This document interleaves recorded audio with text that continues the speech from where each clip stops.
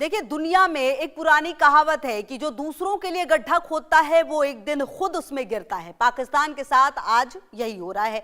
जिस आतंकवाद को उसने स्टेट पॉलिसी बनाया, जिस जहर को उसने पड़ोसियों के खिलाफ इस्तेमाल किया, आज वही जहर उसके अंदर से उसे खत्म कर रहा है।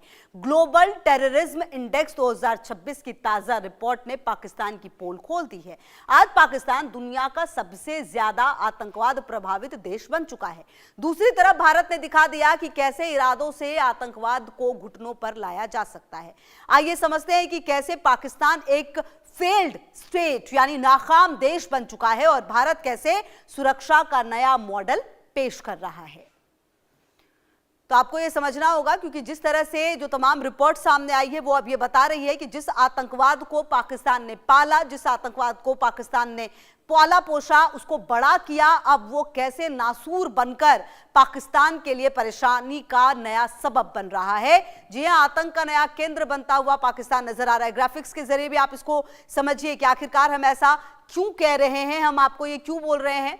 अब देखिए, जो आतंकवादी देश बुर्किना फासो को पछाड़कर शीर्ष पर पहुंचा है पड़ोसी मुल्क, आपको बता दें कि 2025 में 1139 मौतें और 1045 आतंकी घटनाएं यहां पर दर्ज हुई हैं। पिछले एक दशक में सबसे खराब और डरावना रिकॉर्ड है ये।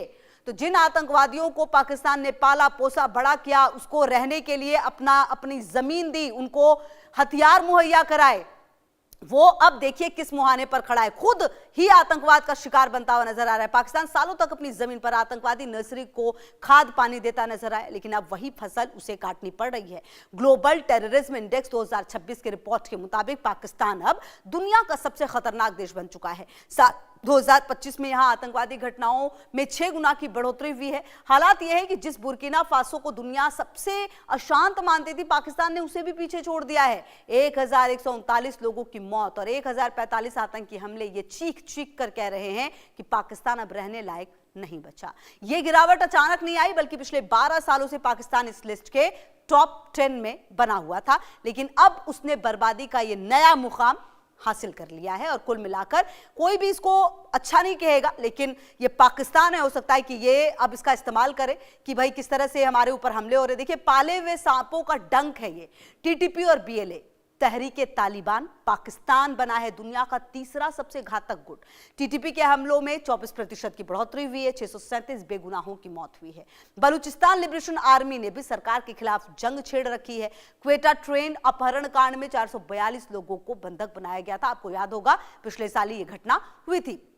अब देखिए, पाकिस्तान की इस तबाही के पीछे वो संगठन है जिन्हें उसने कभी गुड तालिबान और बैड तालिबान के खेल में पाला था। आज तहरीके तालिबान यानी टीटीपी दुनिया का तीसरा सबसे घातक आतंकी संगठन बन चुका है। अफगानिस्तान में तालिबान की वापसी के बाद टीटीपी को नया जीवन मिला है और उसने पाकिस्तान की सेना और नागरिकों पर जुल्म और हमले तेज कर दिए हैं। केवल टीटीपी ही नहीं, बलूचिस्तान में आजादी की मांग कर रही बीएलए यानी बलूच लिबरेशन आर्मी ने भी पाकिस्तान की नाक में दम कर रखा है।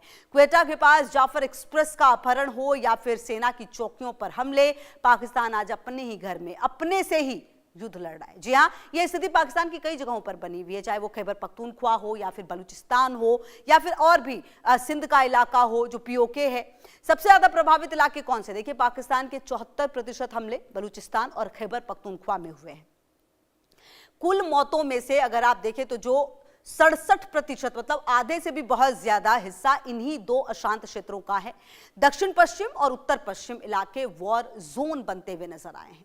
सीमा पार से हमलों में ड्रोन जैसी नई तकनीक का इस्तेमाल भी हुआ है। तो कुल मिलाकर आपको बता दें कि जो पूरी परिस्थिति है, पाकिस्तान को अब यह सोचना चाहिए, समझना चाहिए कि जिस आतंकवाद को उसने पाला पोसा बड़ा किया, उसके लिए किस तरह की परेशानी वो खड़ा कर रहा है। बहरहाल चलिए, मेरे साथ